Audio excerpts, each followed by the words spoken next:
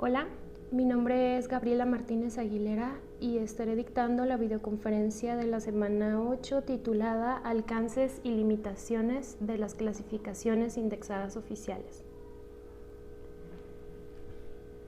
Empezaremos con el tema número 1, titulado Estructura General del DSM-5 y del apartado de CIE 10 orientado a los trastornos mentales. Los trastornos mentales son patrones de comportamiento de significación clínica que aparecen asociados a un malestar emocional o físico de la persona, a una discapacidad, al deterioro en el funcionamiento cotidiano, a la pérdida de libertad o incluso a un riesgo significativamente aumentado de implicarse en conductas contraproducentes o de morir prematuramente. Además del aumento de los trastornos mentales, las demandas terapéuticas de la población han cambiado considerablemente en los últimos años. Ahora se tiende a consultar, además de por los cuadros clínicos tradicionales, depresión, trastornos de ansiedad, esquizofrenia, adicciones, entre otros, por problemas menores, derivados de una mayor intolerancia al sufrimiento por parte de los pacientes. Estos problemas, que no constituyen propiamente trastornos mentales, reflejan una patología del sufrimiento o de la infelicidad, es decir, una situación de insatisfacción personal que no tiene en muchos casos una significación clínica. Entre ellos se encuentra el duelo por la pérdida de un ser querido, los conflictos de pareja o la ruptura de pareja no deseada, las dificultades de convivencia con los hijos adolescentes, los problemas de estrés laboral, la adaptación a nuevas situaciones en la vida o la convivencia con enfermos crónicos o incapacitados. ¿Qué es el CIE 10? El CIE 10 es la 10ª versión de la Clasificación Internacional de las Enfermedades y Trastornos Relacionados con la Salud Mental, realizada por la Organización Mundial de la Salud, OMS. Para los que no entendamos, esto es un sistema de clasificación de enfermedades y problemas relacionados con la salud. Este consta de 22 capítulos, de los cuales el quinto es el destinado a enfermedades mentales y del comportamiento. Se le asigna la letra F. Los ejes que contempla son el eje 1, relativo a síndromes psiquiátricos clínicos, el eje 2, trastornos específicos del desarrollo, el eje 3, nivel intelectual, eje 4, condiciones médicas, eje 5, situaciones psicosociales, eje 6, evaluación global de la discapacidad. En España, por ejemplo, el Ministerio de Salud ha adoptado esta clasificación para el registro de las atenciones en salud mental y psiquiatría. Por otro lado, tenemos el DSM-5. El DSM-5 es la 5ª versión del DSM, que es el Manual Diagnóstico y Estadístico de los Trastornos Mentales de la Asociación Americana de Psiquiatría, y contiene descripciones, síntomas y otros criterios para diagnosticar trastornos mentales. Los trastornos se organizan en 21 categorías diagnósticas y un apartado para otras alteraciones que pueden ser foco de atención clínica. Cada trastorno se describe en los siguientes epígrafes: características diagnósticas, características y trastornos asociados, características relacionadas con la edad, cultura o género, prevalencia, incidencia y riesgo, evolución, complicaciones, factores predisponentes, patrón familiar, diagnóstico y diferencia. Número 2. Clasificación y criterios de diagnóstico globales de los trastornos de personalidad en el DSM-5 y el CIE 10. Mención aparte merece el capítulo de los trastornos de personalidad en el DSM-5. La clasificación y criterio categorial utilizados en el DSM-5 son los mismos que en el DSM-4, excepto que ya no figuran en el eje 2. De este modo se señalan 3 clústeres que agrupan los 10 trastornos específicos de personalidad. A. Clúster A. Trastorno paranoide, esquizoide y esquizotípico, vinculado a personas con conductas extravagantes y excéntricas. B. Clúster B. Trastornos antisocial, límite, histriónico y narcisista, relacionado con personas con conductas dramáticas, emocionales o erráticas. Y C, clúster C, evitativo, dependiente y obsesivo compulsivo, referido a personas con conductas de ansiedad. Sin embargo, en la sección 3 del DSM-5 se presenta adicionalmente un modelo alternativo para los trastornos de personalidad que está basado en el daño causado por el funcionamiento de la personalidad y en los rasgos de personalidad patológicos. Este enfoque agrupa un número de trastornos de personalidad más restrictivo, como el antisocial, evitativo, límite, narcisista, obsesivo compulsivo y esquizotípico, que en el enfoque categorial, así como un trastorno de personalidad rasgo, referido a la presencia de un trastorno de personalidad que no encaja en los criterios diagnósticos para los trastornos específicos y que sustituye el trastorno de personalidad no especificado del DSM-4. El CIE-10, por otro lado, es la clasificación internacional de enfermedades, la 10ª revisión, y sustituye a la anterior llamada CIE-10. Una clasificación de enfermedades es un sistema de categorías por el cual se le asigna un código a cada entidad de acuerdo a un sistema ordenado, establecido por especialistas en la materia. Tiene la finalidad de permitir el registro sistemático de las enfermedades y la comparación de datos recogidos de diferentes países o áreas. El capítulo 5 de la lista de los códigos del CIE-10 se dedica a los trastornos mentales y del comportamiento.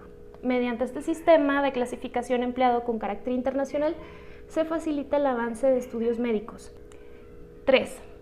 Convergencias y divergencias existentes entre ambos sistemas de clasificación. Las principales diferencias entre el DSM-5 y el CIE-10 son, si bien pues el DSM-5 y el CIE-10 tienen múltiples semejanzas e incluyen en su interior problemáticas psíquicas psiquiátricas muy parecidas entre sí, lo cierto es que se trata de dos manuales de referencia distintos y con varias diferencias a tener en cuenta. A continuación veremos algunas de las diferencias más claras entre ambos. 1. Especificidad. Trastorno mental o clasificación general de las enfermedades. Uno de los principales aspectos en los que nos podemos encontrar elementos diferentes entre el DSM-5 y el CIE-10 se encuentran en el hecho de que mientras el DSM es un manual de referencia centrado en los trastornos mentales, la CIE-10 es la clasificación internacional de enfermedades, incluyendo no solo las alteraciones de la psique, sino el conjunto de trastornos y enfermedades médicas que pueden aparecer en el ser humano. Así, mientras que en el DSM-5 solo vamos a encontrar problemáticas y trastornos mentales, estos son solo uno de los capítulos o apartados en el CIE-10, la cual, a pesar de que incluye en el capítulo 5 a los trastornos mentales, también recoge cualquier enfermedad o problemática médica. 2. Tienen diferentes objetivos. A pesar de que ambos son sistemas clasificatorios de gran utilidad en el ámbito sanitario y sus contenidos son altamente parecidos entre sí, se puede encontrar una diferencia en el objetivo concreto que tiene cada uno de ellos. Aunque ambos se orientan en el diagnóstico, mientras el DSM-5 tiene como objetivo una descripción sistemática y precisa de los criterios diagnósticos y las características propias de un trastorno, la CIE tiene una orientación más a realizar un registro y análisis de las características presentes del trastorno. En este sentido, el primero resulta también ligeramente más preciso en su descripción de los síntomas. 3. La organización que las genera. Una diferencia también bastante relevante entre ambos sistemas se encuentra en la organización que las ha generado, así como en el reconocimiento que poseen. El DSM-5 ha sido elaborado por la Asociación Americana de Psiquiatría, que es una de las organizaciones americanas más relevantes del mundo en lo que respecta al estudio de los problemas de salud mental. Por otro lado, la CIE-10 ha sido elaborada por la Organización Mundial de la Salud, la cual pues tiene repercusión a nivel mundial. 4. El nivel de reconocimiento. Aunque probablemente el DSM-5 sea el sistema clasificatorio más conocido y sin duda el más utilizado en América, una gran mayoría de los psiquiatras del mundo, especialmente en Europa, emplean la CIE-10. 5. Número de grandes categorías.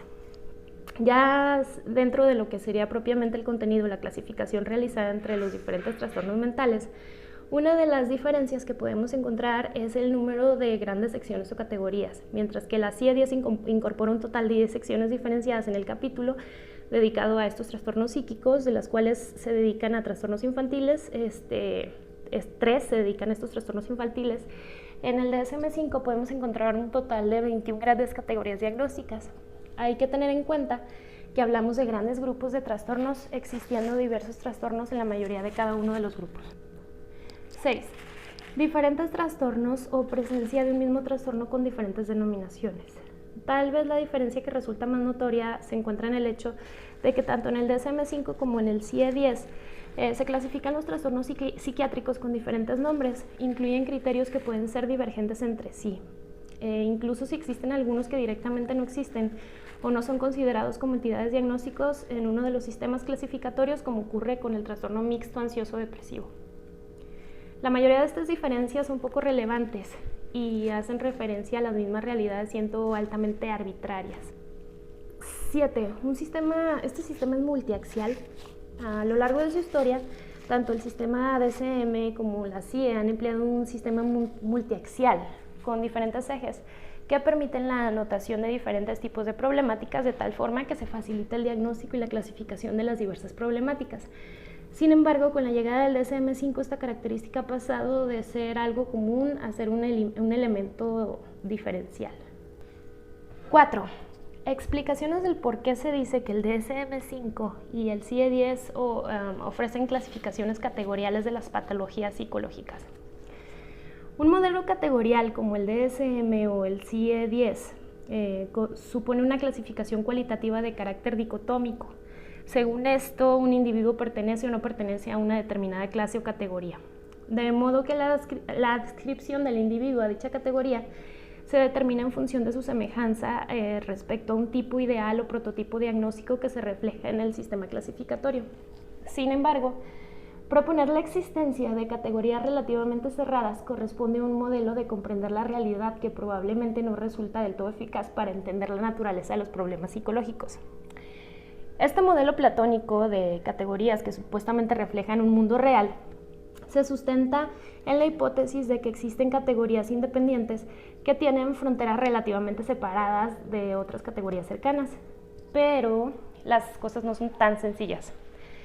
En los sistemas actuales aparecen categorías como, por ejemplo, trastorno depresivo mayor, trastorno depresivo menor, distimia, que parecen denotar entidades relativamente independientes, pero no obstante, para desgracia de los muchos partidarios de esta visión platónica, existen tasas de comorbilidad muy elevadas entre estos tipos de trastornos, y aunque idealmente los miembros asignados a una categoría deberían quedar relativamente separados de los miembros de otras, los datos revelan que con este modo de clasificar existe una comorbilidad difícil de explicar. Para algunos esto puede ser debido a que muchos trastornos comparten etiologías comunes, pero igualmente puede ser debido que en parte importante a las propias debilidades e insuficiencias de los sistemas diagnósticos actuales. 5. Crítica a los sistemas categoriales del DSM-5 y el CIE-10 desde la aproximación dimensional.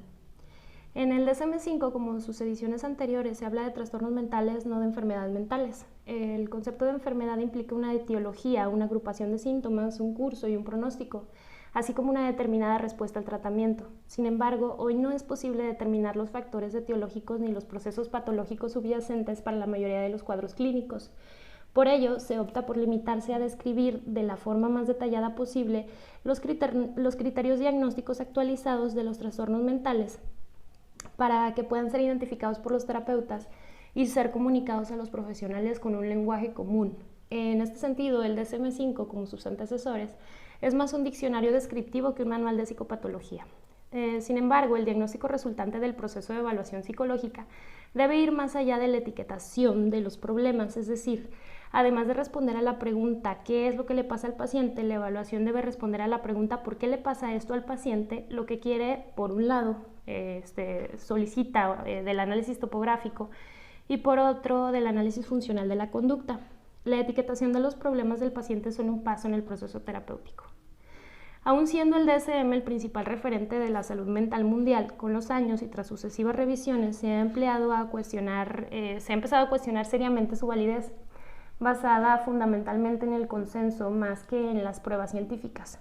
El DSM-5 se entronca en el modelo médico categorial de enfermedad, que en el caso de los trastornos mentales presenta muchas limitaciones en la práctica clínica.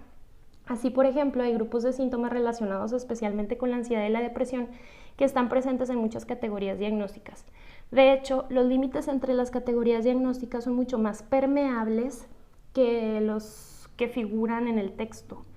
Un ejemplo es el trastorno mixto de ansiedad y depresión, que no está incluido en el manual y que sin embargo es uno de los trastornos con mayor tasa de prevalencia en asistencia primaria. Asimismo, muchos pacientes con un mismo diagnóstico presentan perfiles sintomáticos muy variados, por lo que el establecimiento de un diagnóstico clínico no es siempre clarificador en el tratamiento a seguir. Es más, la casi inexistencia de pacientes con un único diagnóstico puro es el recurso a los diagnósticos no especificados, que pueden ser los más frecuentes en áreas como los trastornos de la conducta alimentaria, los trastornos de personalidad o los trastornos de espectro autista, o la falta de tratamientos específicos para muchas categorías diagnósticas revela las imprecisiones de este sistema clasificatorio. En concreto, hay nuevos trastornos diagnosticados en el DSM-5 que no cuentan con un apoyo empírico sólido y que pueden implicar una medicalización de conductas normales, con el consiguiente riesgo de medicación innecesaria. 6. Diferencias fundamentales entre las aproximaciones categorial y dimensional al análisis y clasificación de los desórdenes mentales. Son dos los principales sistemas de clasificación de los llamados trastornos mentales en el mundo, como dijimos, el DSM y el CIE-10. La versión más reciente del primero es la quinta y del segundo es la 10ª. Ambos obedecen a una concepción categórica de la psicopatología que, a imagen y semejanza del modelo médico, clasifica las enfermedades como condiciones cualitativamente discernibles entre ellas. Las categorías de todo sistema categórico, para hacerlo, deben cumplir con 3 criterios fundamentales: ser discretas, ser mutuamente exclusivas y ser exhaustivas. Para ser discretas, los elementos asignados a diferentes categorías no deben compartir entre ellos las características relevantes a la clasificación. Se espera entonces, en el caso de las clasificaciones diagnósticas de los trastornos mentales, que aquellas personas diagnosticadas con distintos trastornos no compartan los mismos síntomas. Para ser mutuamente exclusivas, si un elemento cabe en una categoría, no puede caber en otra. Por lo tanto, se espera, en el caso de las clasificaciones de la psicopatología, que si una persona padece un trastorno determinado, no puede padecer otro al mismo tiempo. Finalmente, una categoría será exhaustiva si todos los elementos ubicados en una categoría determinada comparten las mismas características relevantes. Esto significa que todas las personas clasificadas bajo un mismo diagnóstico compartan los mismos síntomas descritos para una categoría diagnóstica. En última instancia, lo que persigue el agrupamiento de signos y síntomas en categorías perfectamente delimitadas es identificar trastornos específicos con una etiología conocida, un curso y una respuesta al tratamiento. Esta problemática se podría evitar si se adoptase una explicación dimensional de la psicopatología. En psicología, el término dimensión se entiende como el conjunto de magnitudes que sirven para definir un fenómeno psicológico. Al modelo categórico subyace el conteo simple de síntomas hasta alcanzar un número arbitrario, más allá del cual la presencia de más o menos síntomas pierde significado. En contraste, para la concepción dimensional, el número de características diagnósticas es un índice de gravedad y toma en cuenta sus efectos en el funcionamiento cotidiano de las personas. Además, se espera una intercorrelación entre los elementos diagnósticos. De la comparación entre ambas concepciones de la psicopatología, es posible apreciar que el modelo categórico ignora las características múltiples del funcionamiento de una persona, pues su carácter dicotómico fuerza el establecimiento de lineamientos arbitrarios para poder distinguir entre individuos normales y anormales. Por otra parte, probablemente por su marcada propensión a la investigación, la psicología se ha ajustado a lo largo de su historia al modelo dimensional. De hecho, podría afirmarse que el modelo dimensional es un modelo psicológico. La evaluación psicológica lo emplea para abordar el funcionamiento psicológico, la gravedad de los problemas que se calcula por el grado en el que se encuentran presentes. Es por ello que el modelo dimensional reconoce grandes diferencias individuales, no solo en cuanto al número de intensidad de las quejas, sino también en cuanto a las dimensiones psicológicas que componen el perfil de funcionamiento de las personas, tales como la personalidad, la autoestima, las emociones, la inteligencia, las estrategias de afrontamiento, etc. Pierde así poca información porque se evalúa a las personas en cuanto a estas dimensiones psicológicas que no requieren de discontinuidades entre normalidad y anormalidad. Ventajas que tiene el sistema dimensional para dar cuenta de las relaciones existentes entre manifestaciones normales, trastornos de la personalidad y patologías mentales graves. Como dijimos antes, el modelo categórico no detecta diferencias individuales y presenta una gran dificultad para reflejar la gravedad de un trastorno.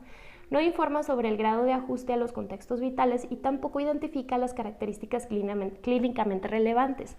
Ante las críticas y la contundencia de los resultados de investigación, se ha observado resistencia al cambio durante la preparación de las versiones sucesivas del DSM. No obstante, se anticipa para el año siguiente, en la siguiente publicación del DSM, que esta nueva versión se alejará de un modelo categórico de la psicopatología para acercarse más a uno dimensional, con un sustento importante en la investigación en psicología. Un proceso similar se observa en la preparación de la versión 11 del CIE. Sin embargo, se espera un cambio gradual, por lo que no se sabe en qué medida el DSM tomará en cuenta el funcionamiento psicológico y el desarrollo del comportamiento a lo largo del ciclo vital para completar los trastornos y conceptuarlos. No se antoja sencillo entonces el cambio hacia al modelo dimensional. Después de todo, los humanos tendemos a clasificar los objetos y fenómenos que nos rodean, y de hecho la de clasificar es una habilidad cognitiva que no solo nos permite formar conceptos para el desarrollo del lenguaje, sino también permite sistematizar y estructurar la gran cantidad de información que en el ambiente se nos presenta a lo largo de la vida. Clasificamos desde temprana edad. Hay clasificaciones en todo tipo de experiencias desde la infancia. La psicopatología no ha escapado de esta preferencia nuestra por agrupar categorías. Se espera entonces que la transición anunciada enfrente resistencias, pues los constructos categóricos se han generalizado en el mundo. Es ciertamente innegable que la nomenclatura actual permite a los clínicos provenientes de diversas posturas teóricas compartir un lenguaje común categórico. Tanto los científicos como los profesionales conocen y emplean el DSM o el CIE, lo que sin duda facilita la comunicación no solo entre profesionales e investigadores, sino entre pacientes y público en general. Además, la definición de los trastornos psiquiátricos en las categorías discernibles ha permitido la toma de decisiones sobre qué tratamiento brindar. La disyuntiva de ofrecer o no un tratamiento se ha resuelto con relativa facilidad, por lo que se reconoce su utilidad clínica. El manejo dimensional en los escenarios clínicos impondrá entonces limitantes importantes, y habrá que aplicar a cada caso varias medidas válidas y confiables para la población a la que pertenezca cada paciente, además de que no será tarea fácil determinar la naturaleza y el número de dimensiones requeridas para proporcionar una representación adecuada de la psicopatología de algunas personas. Llegado el momento de tomar una decisión acerca de la admisión de un paciente a un hospital o de administrarle o no medicamentos, habrá que contar con puntos de corte a lo largo del continuo. La asignación de puntajes, así como el cálculo de puntos de corte, representan posibles obstáculos que habrá que superar. Aún así, al poseer la capacidad para contemplar integralmente la problemática psicológica de los individuos, el sistema dimensional resulta muy superior al categórico.